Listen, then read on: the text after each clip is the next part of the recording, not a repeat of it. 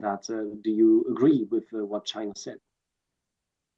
I think if you look at our what we put out on COVID-19 5 years on, our biggest concern, and it's important that this occurs around the world, is more information on the origins and the opportunity to do as full as possible investigation on the origins. So that's the issue that's concerning us.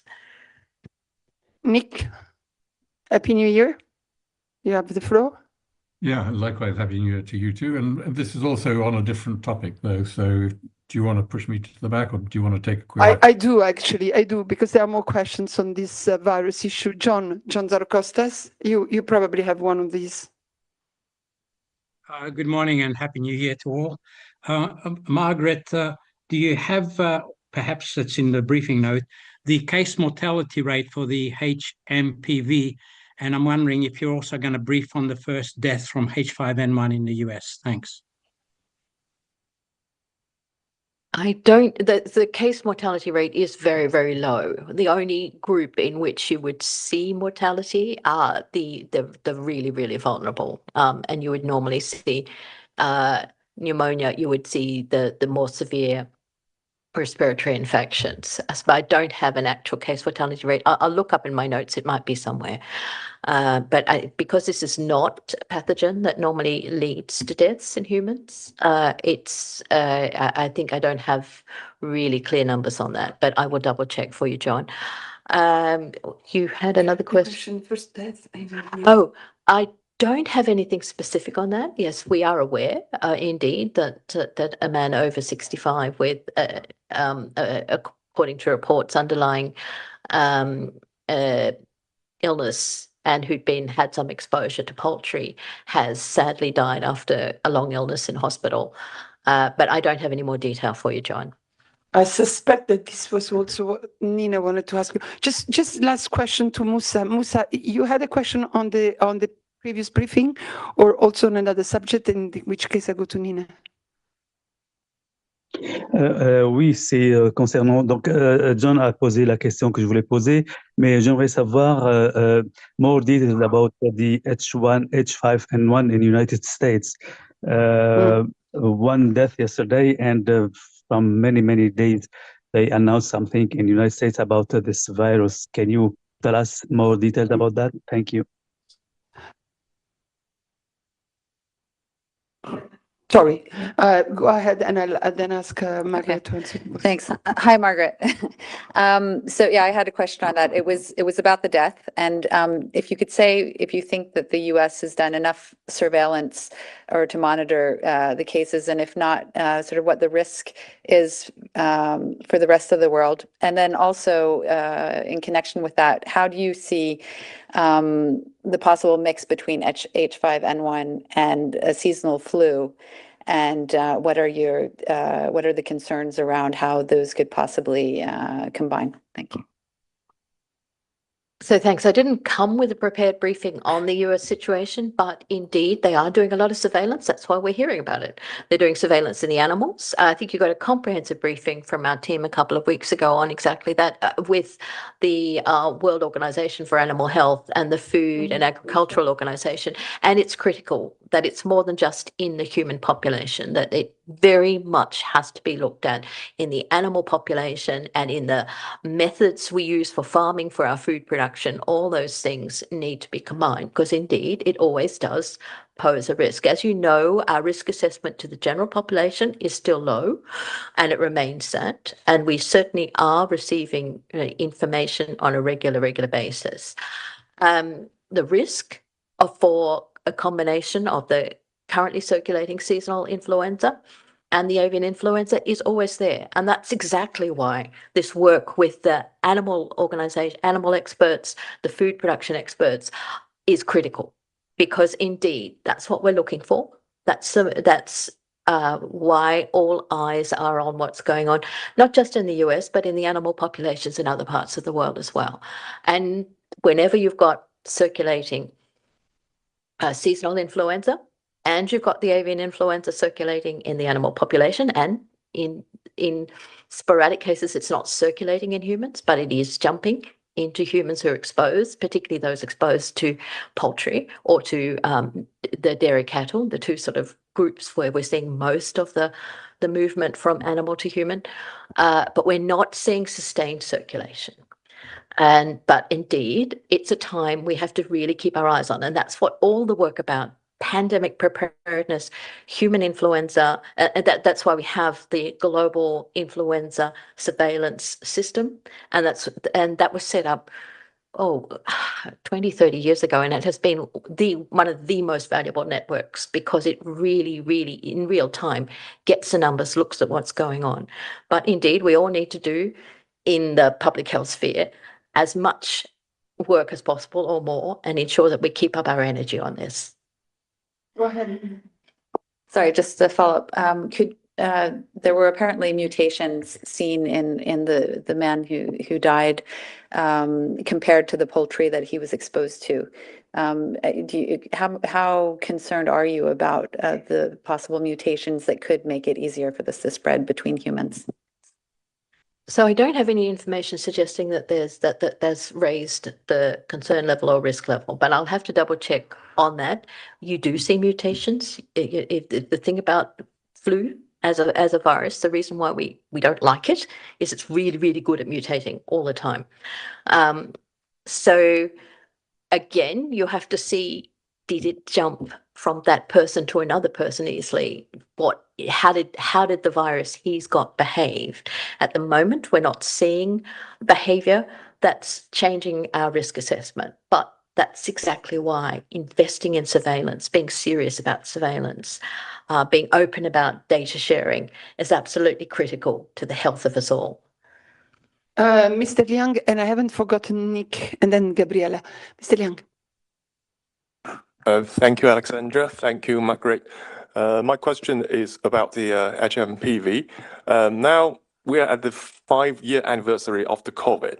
I think a fair question to ask, without specifying on any country, is how could anyone say how much a percentage of our immune system was damaged or destroyed by the COVID? And now we are at the 5-year anniversary. Are we still living in the trail of the COVID in a human equivalent of something like a metal fatigue? And would it be in a position to say, maybe in the next 5 years, when we are at the 10-year anniversary, we could kind of get out of this metal fatigue? We would be having our immune system kind of restored, or is it possible to have it restored? This is my question. Thank you. Interesting question. In fact, COVID has trained our immune systems to be very good to responding to it. That's really the two things that got us out of the pandemic was vaccination, that gave us an artificial immune protection, and then our exposure and our experience. So we've all now, most of us have been exposed at one point or another and carry that immune memory. And that's why it's not making us nearly as sick as it did in 2020, 2021. There are still some people who are at risk. They're older. As I said, the vulnerable groups I mentioned, your newborns, completely innocent of any exposure to anything. So they need to be protected from all viruses. And the elderly, because they've lost their immune memory, and people who've got underlying conditions, because again, their treatment or their condition has weakened their immune system. But on why do we suddenly seem to respond to other things? Some of it is down to the fact that we're actually better at surveillance. So we're looking for things. My old professor said, if you don't take a temperature, you don't find a fever. We're actually looking for things. So we're seeing things. And as I said, what we look at are the hospitals full? Are they overwhelmed? Are the health workers exhausted, saying that they can't? We're not seeing that. So that tells us that, yes, we're seeing more. We're picking up more viruses, but we're not seeing much sicker populations at the moment. There is some discussion around, did we sort of protect our immunity, lose sort of immune memory because we weren't exposed to things for a few years because many of us were in lockdown for so long? There's some discussion about that, but honestly, the jury's still out. The science is still being looked at. Nick? Yeah, thank you. And Margaret, just following up colleagues' questions on H5N1, I just wondered, are you seeing a significant trajectory in terms of wider geographic distribution? And whether you mentioned that it's heavily concentrated in cattle and poultry, are you seeing more species emerging as vectors for this virus? Thank you. It's really a question for my colleagues in the World Organization for Animal Health. I don't have that, but I'm really relying on media reports, but we're certainly seeing reports of other species like the felines.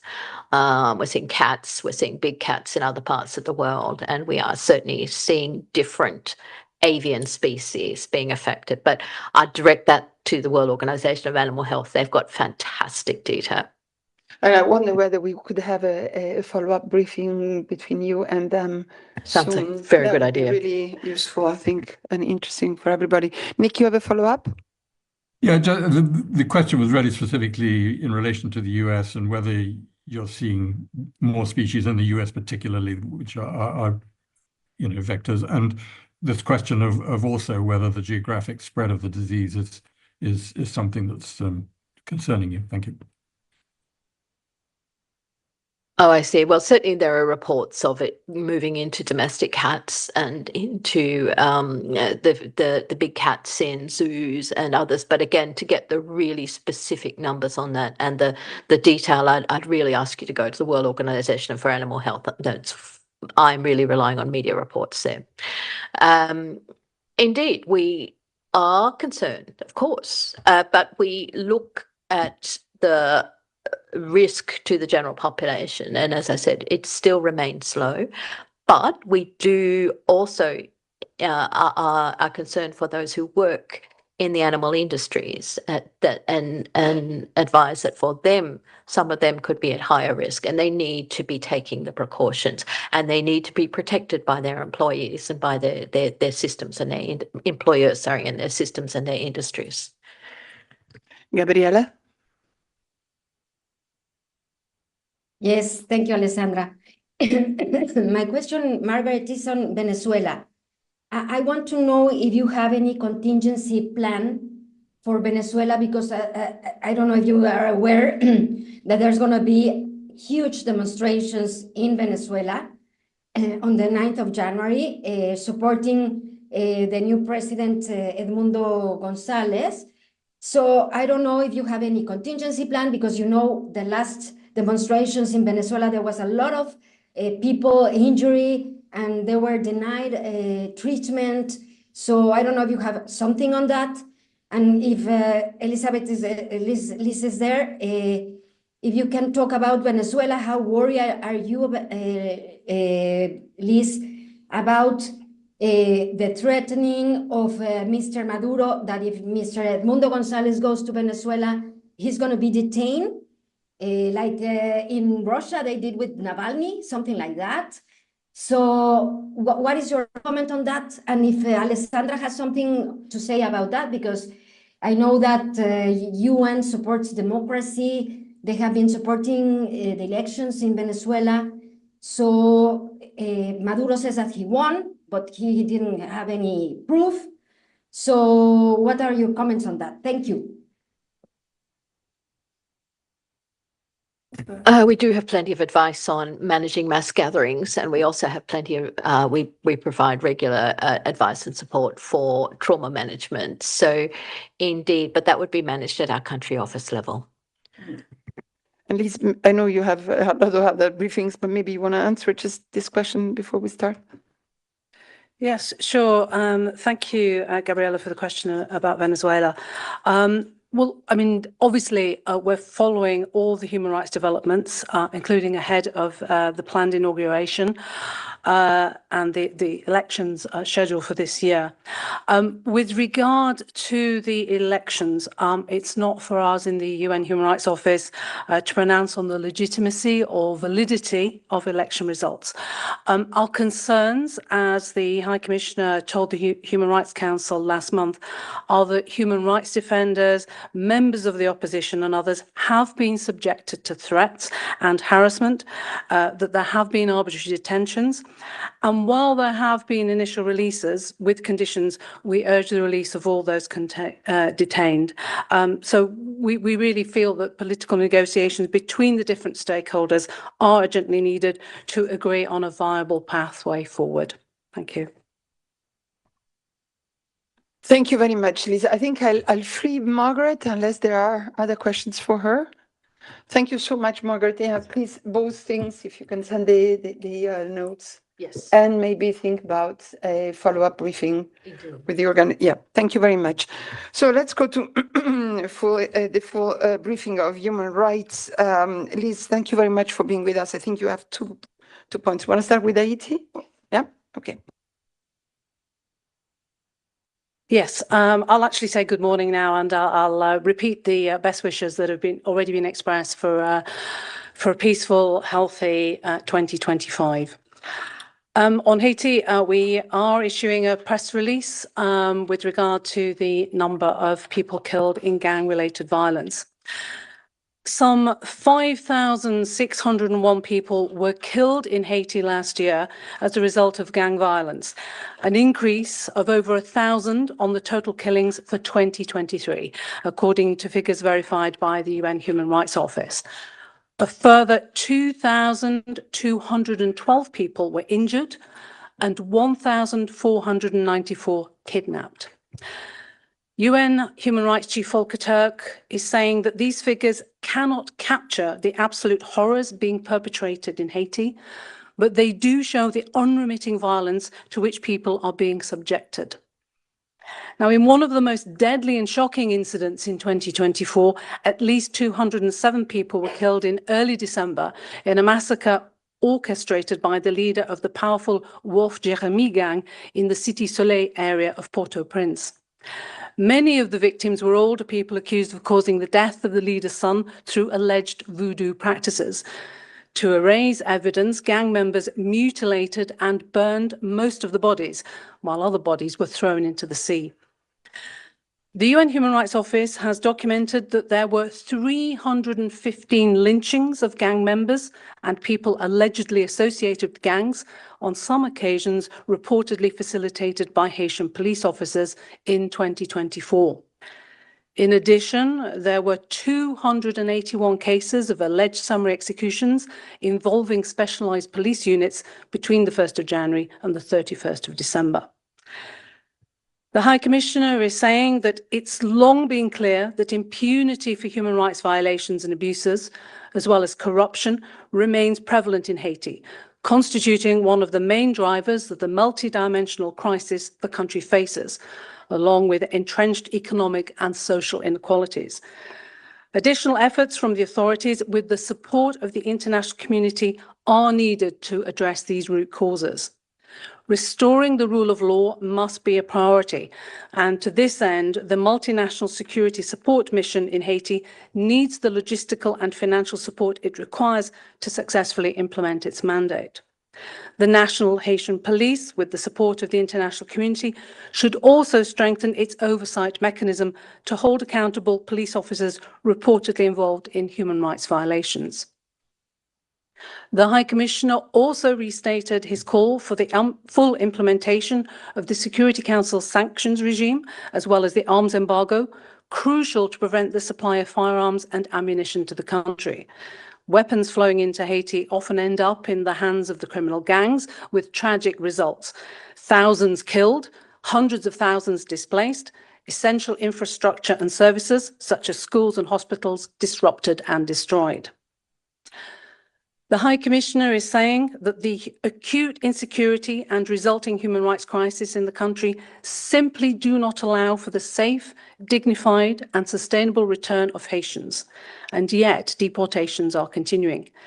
He reiterates his call to all states not to forcibly return anyone to Haiti. Thank you. Thank you very much for their numbers. I'll open the floor to questions on Haiti. Don't see any in the room, so Lisa. Hi, yeah, good morning and happy New Year. to you.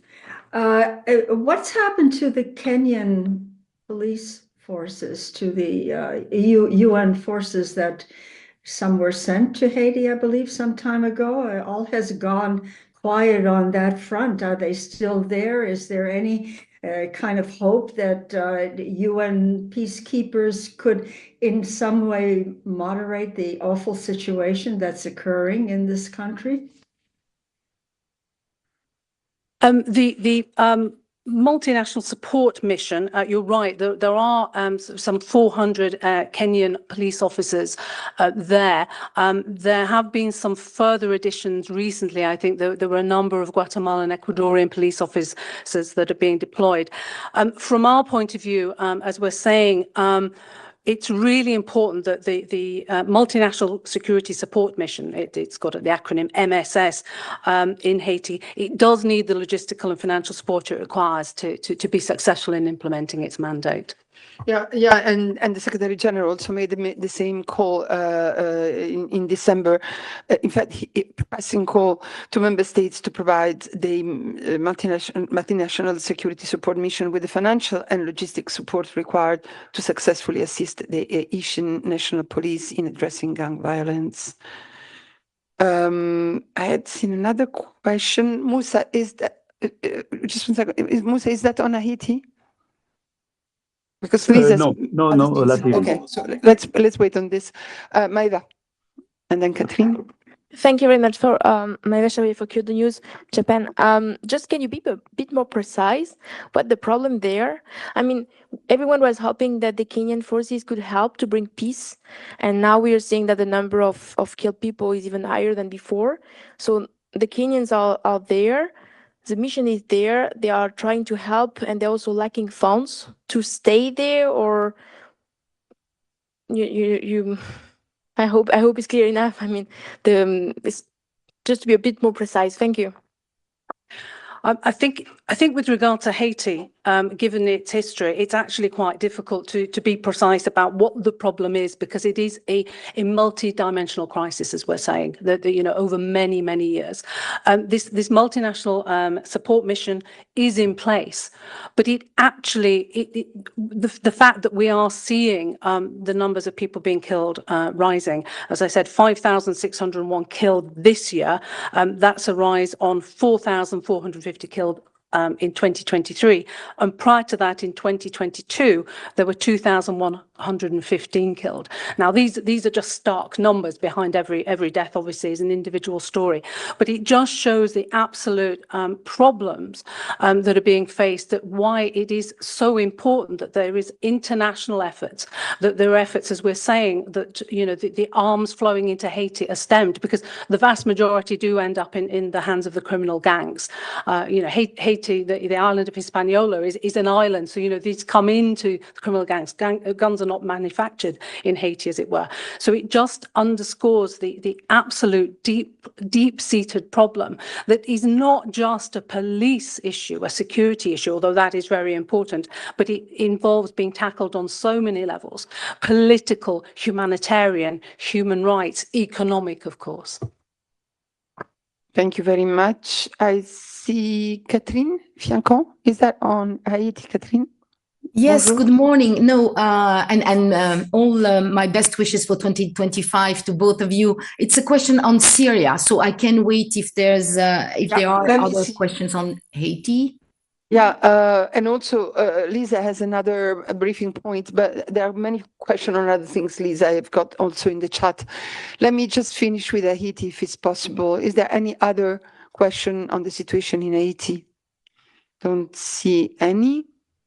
So I have not forgotten Musa, Catherine, and there was another question somewhere. Oh yes, Rianovose, Yuri. But before giving you the floor for those, I'd like to let Liz brief us on the second point on her agenda, which is Iran and the rise in executions.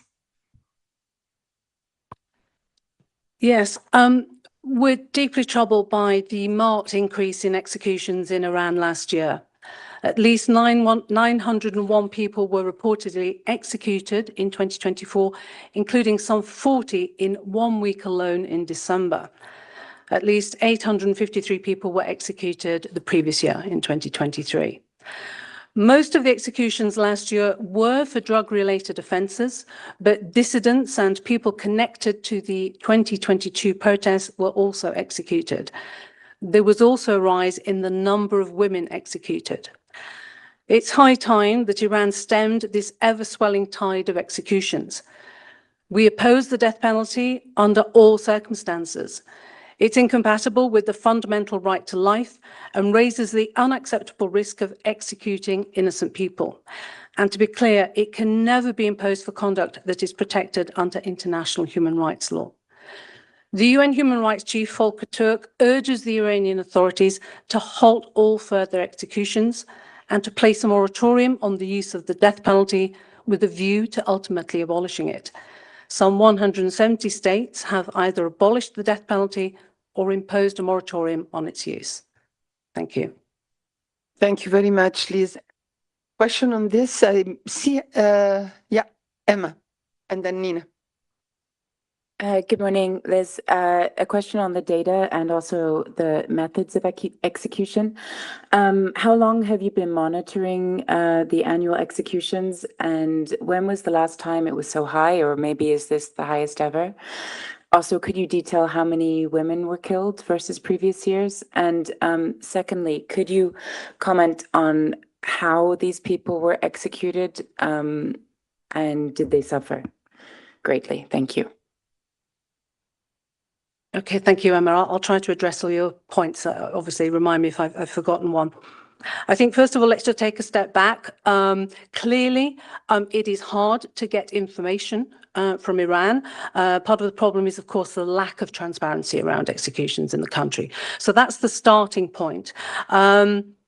We do have figures from different human rights organizations, ones that we consider reputable, the Harana, Hengo, and the Iran Human Rights organizations.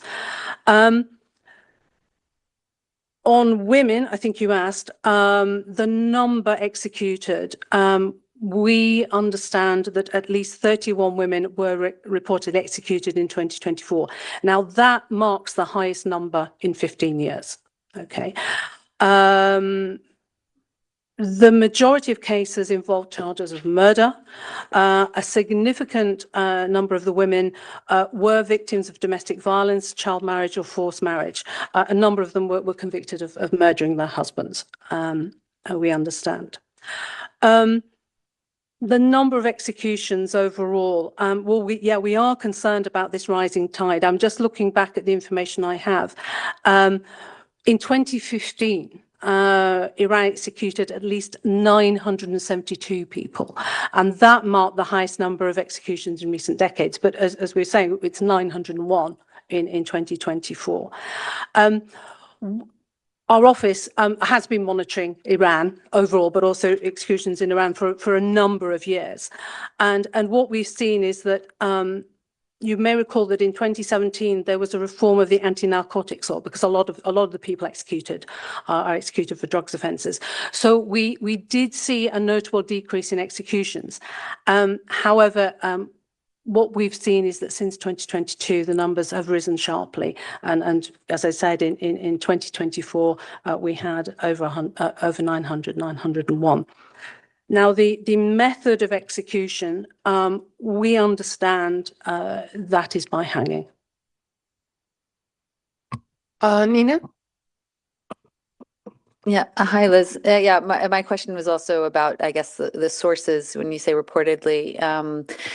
But could you say how confident you are that the number is around 901? Do you think that it actually could be higher, or how much insight do you actually have? Thank you.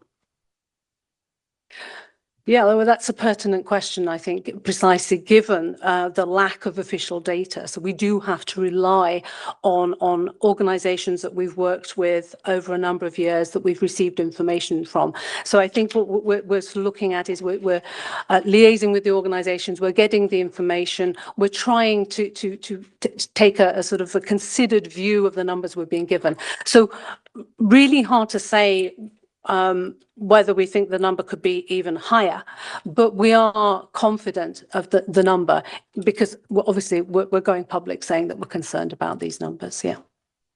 Let me go to the platform. I think Nick has added his hand. Is that on Iran? Yes, it is. Thank you. Yeah, Liz, I just wondered if you had an estimate of or you knew how many of the executed people were convicted on specifically political offences.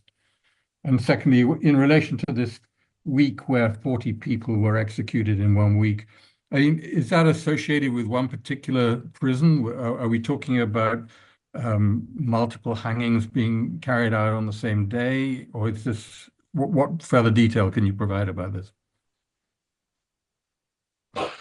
Yeah, Nick, let me start with your last question. The 40 in 1 week, I'd need to check back with colleagues specifically whether it's 40 in one prison or 40 overall. So we'll try and get more information on that. Convicted of political offences, again, I think it's difficult to establish the numbers. We are saying that we believe the majority are for drug-related offences. We do know that there have been a number of people connected, considered political dissidents who involved in the protests. We don't have overall numbers. What we do have, we're aware of some emblematic cases. So, for example, in January last year, there was Mohammed Gubadlu. He was executed for what was termed waging war against God, a murder, accused of running over police officers during the Maha Amini protests. There are a number of other sort of named individuals that we know have been executed. But again, I'd need to double check on whether we have numbers on those convicted political offences. I think that we probably don't have concrete numbers on that, but we do know that there are a number of people who are all, who have been sentenced. They haven't yet been executed, but that have been sentenced with regard to political, what's termed political offences. Gabriela, is this on Iran? Yes, on Iran, and then another question on another subject. My question is, what are the consequences for Iran in the UN system? I mean, human rights, are there any, I don't know, what measure can the UN do with Iran, with a country like that?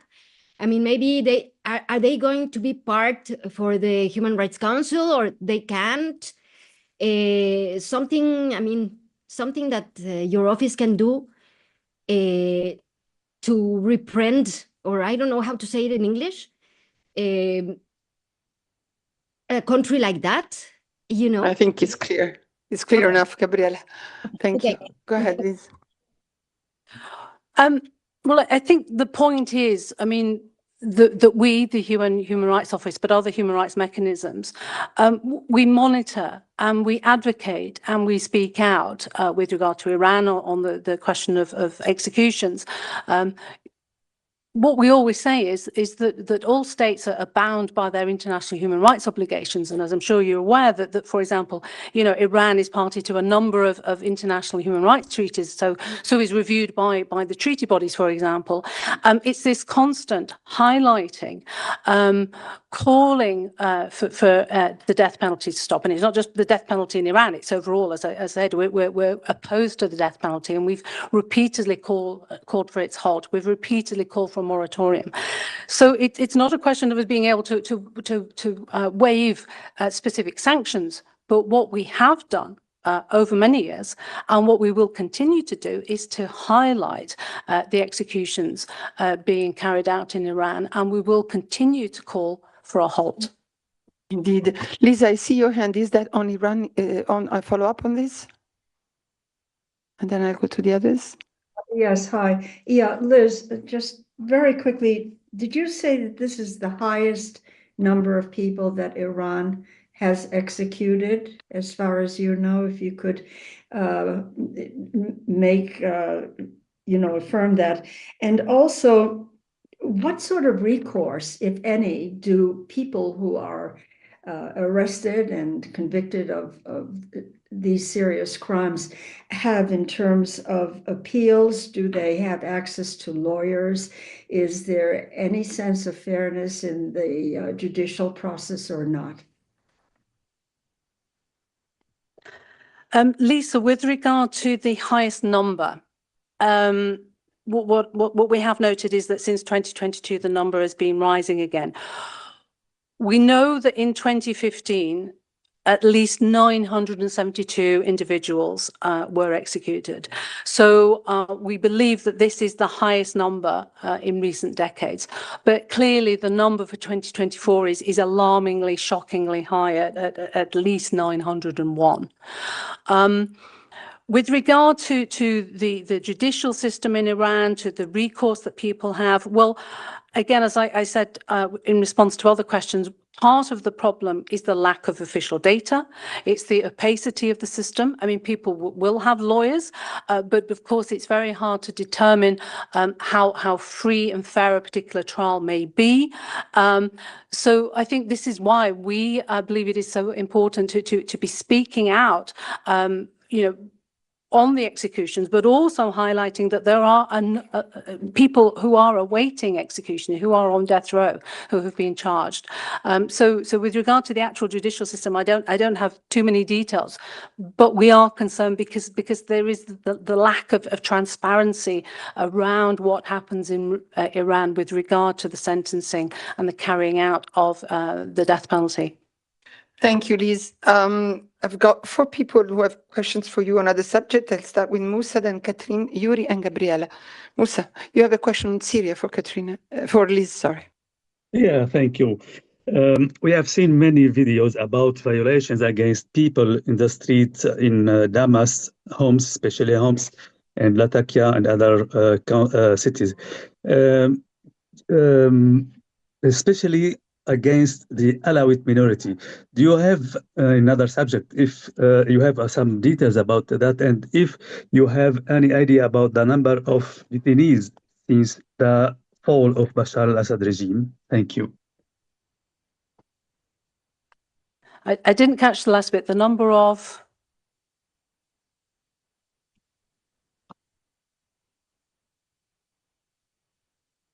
Okay. Detainees, the number of detainees since December 8th. Thank you. With the new regime. Yeah, I don't have numbers on the detainees. With regard to what you were referring to is the reports and the videos that have been seen with regard to the Alawites. We are aware of the reports, and obviously our colleagues are working to corroborate. We note that the authorities have issued a statement calling on all to avoid retaliation. Thank you. Thank you very much. And sorry, and maybe just we're speaking on Syria. Jennifer asked me to inform you that the UN Special Envoy for Syria will brief the Security Council on this Wednesday, tomorrow at 10 a.m. New York Times, 4 p.m. Geneva. It's an open briefing, so you can listen to it on the UN Web TV, and the remarks of the Special Envoy will be circulated when he finishes, as usual. So now I have Catherine on a question. I don't know on which subject is it. Catherine, go ahead. Thank you, Alessandra. It's also on Syria. In fact, it was it's a follow-up on the question asked by my colleague. A lot of Syrians that are living abroad are reporting about the killing of men in Homs and in the cities around. They're talking about 4,000 to 5,000 Alawite men that have been killed the last weeks. They're also speaking about women being beaten up because they are talking or walking in the street with men that are not their husband, brothers, or father. And also beating up and killing people that are not going to the Friday pray. So I'd like to know how human rights is monitoring those allegations, and if you have already had the opportunity to exchange with the authorities, HTS authorities, about the respect of the rights of women and religious minorities. We've seen recently that the heads of HTS refused to shake hands with the Vice Minister of the Foreign Affairs of Germany. I'd like to know more about your position on that and the kind of channel that you have in order to monitor and to exchange on those topics with the new authorities of Syria. Thank you, Liz. Yeah, thank you, Catherine. We have had initial contacts with the caretaker authorities in Damascus at the technical level. We've been engaging with obviously with other UN actors and diplomatic community as well.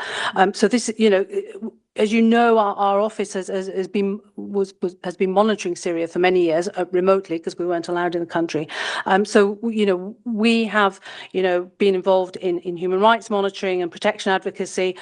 We have close links with civil society actors and victims. So this work is ongoing and is continuing because it's really important. With regard to the specific reports, I replied on the issue of videos emerging from Homs and things like that.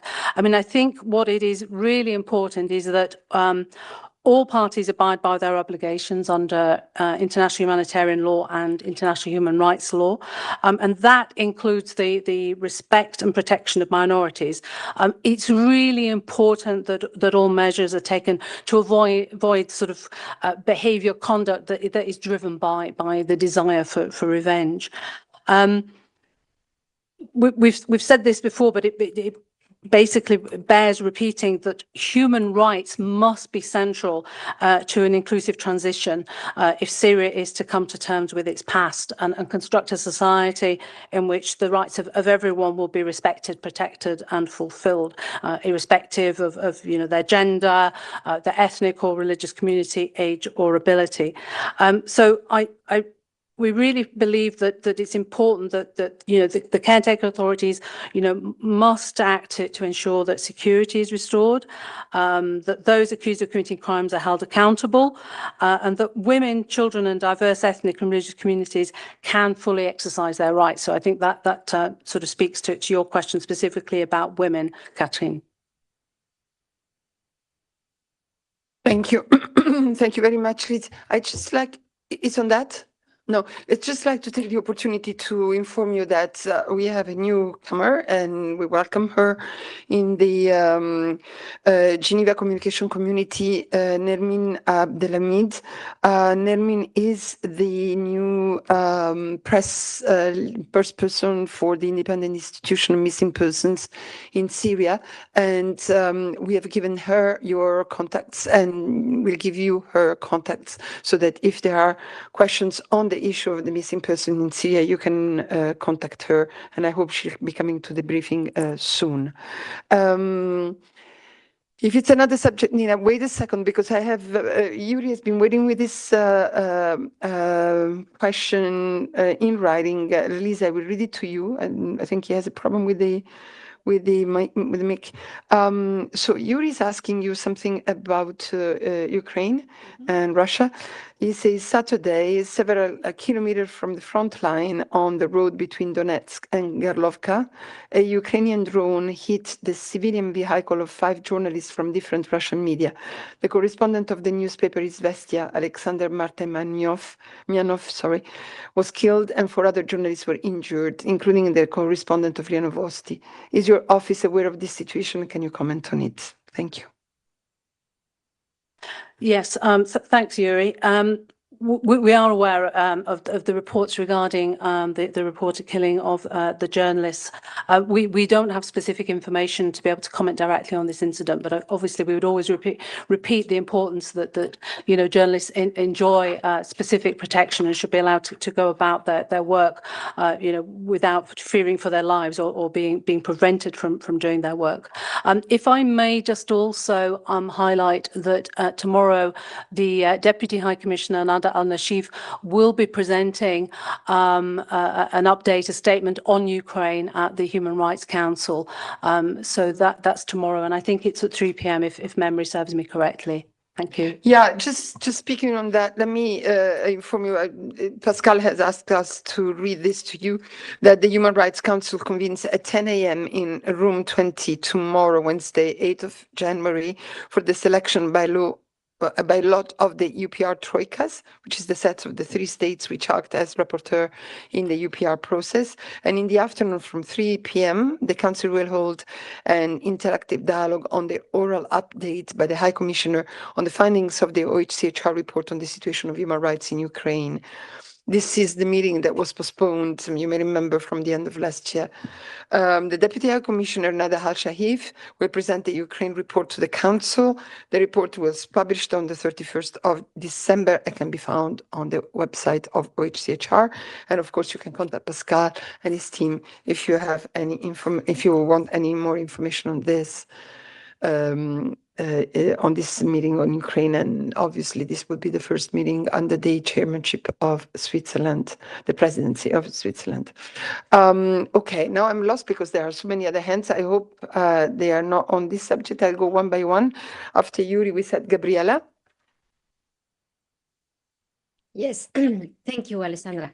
It would be nice if Carla Quintana, the one representing disappearing persons in Syria, could give us a conference or something like that. I mean, a press conference would be nice. I don't know if she's going to be based in Geneva or in New York or where she's going to be, but it would be very nice to have her here in press corps, with the press corps. And then, I'm so sorry, but coming back on Venezuela, the Organization of American States, they already validate the elections in Venezuela.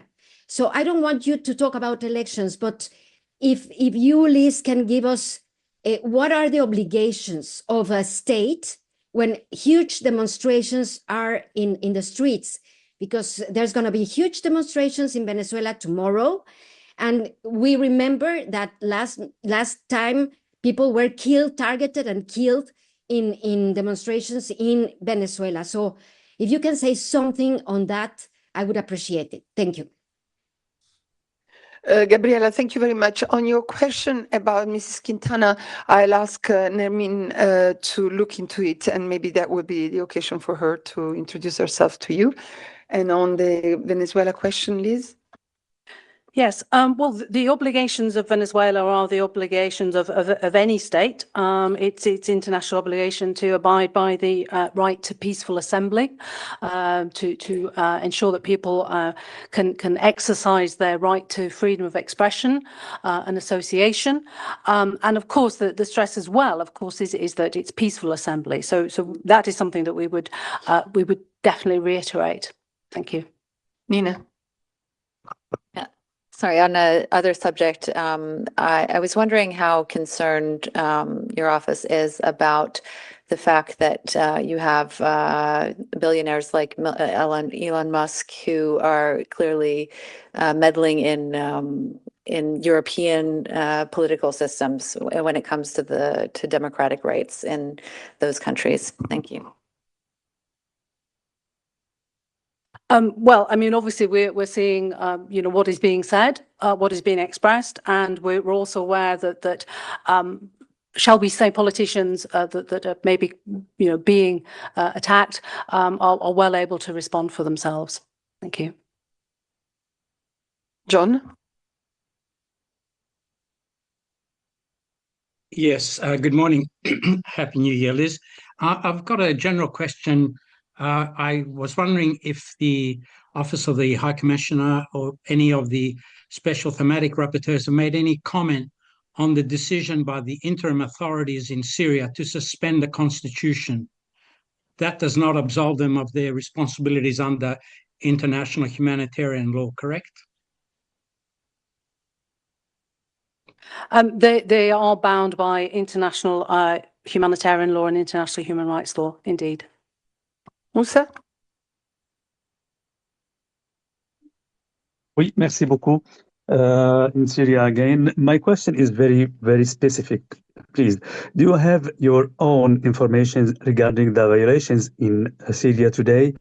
And I don't understand if you have your own team in Syria, and if this is the case, the team work normally? Thank you.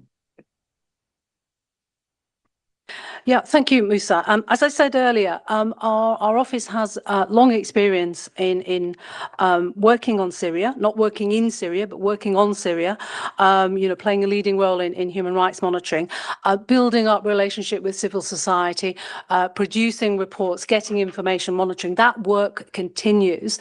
Now, obviously, there's been this seismic change in Syria, so that we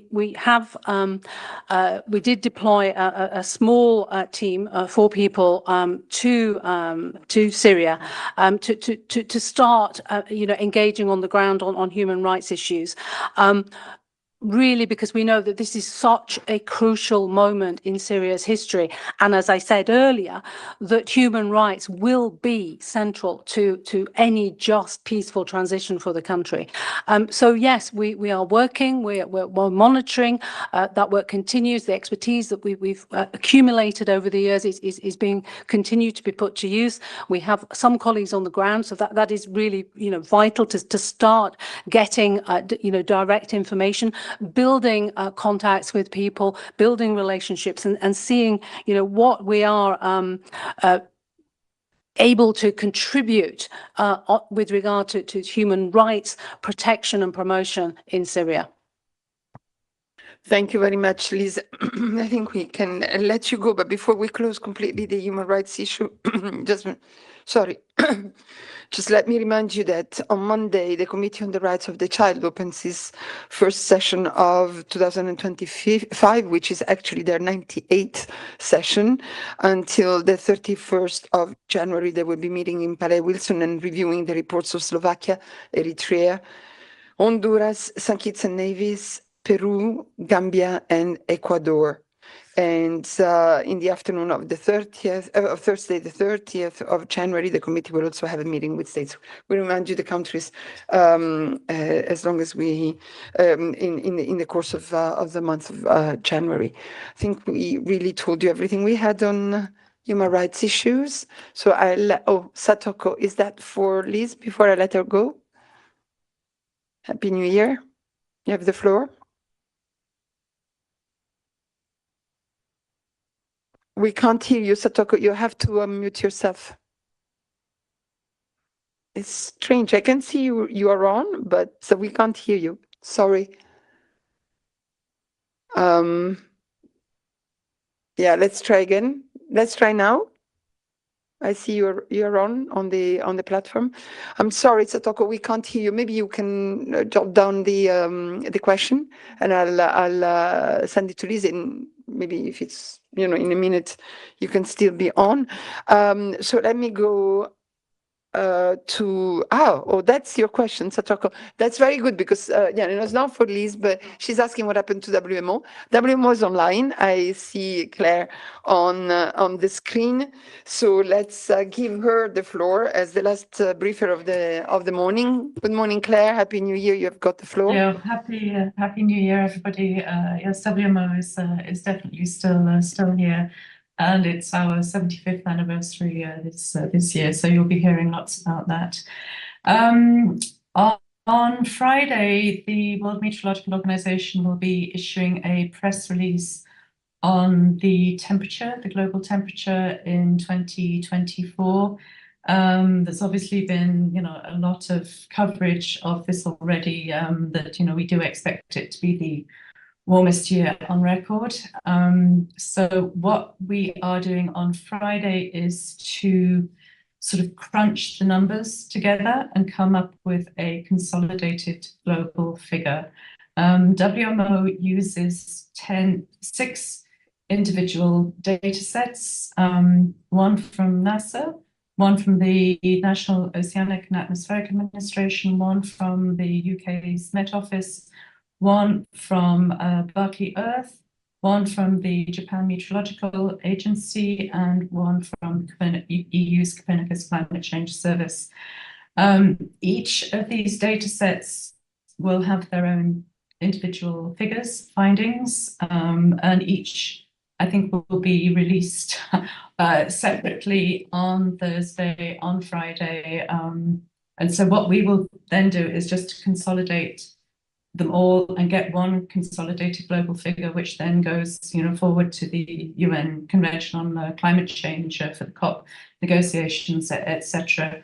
The timing of this, we have to coordinate with all the other dataset producers, and so we won't be able to send it much under embargo simply because we'll be waiting for the last figures. We will be trying to time it to coincide with the release of the NASA and NOAA data, which unfortunately for you is 5 p.m. Friday afternoon Geneva time. If we can send it out under embargo ahead of that time, we will do so. Will be a press release. We won't be able to send it much ahead of time just because we're waiting for the numbers.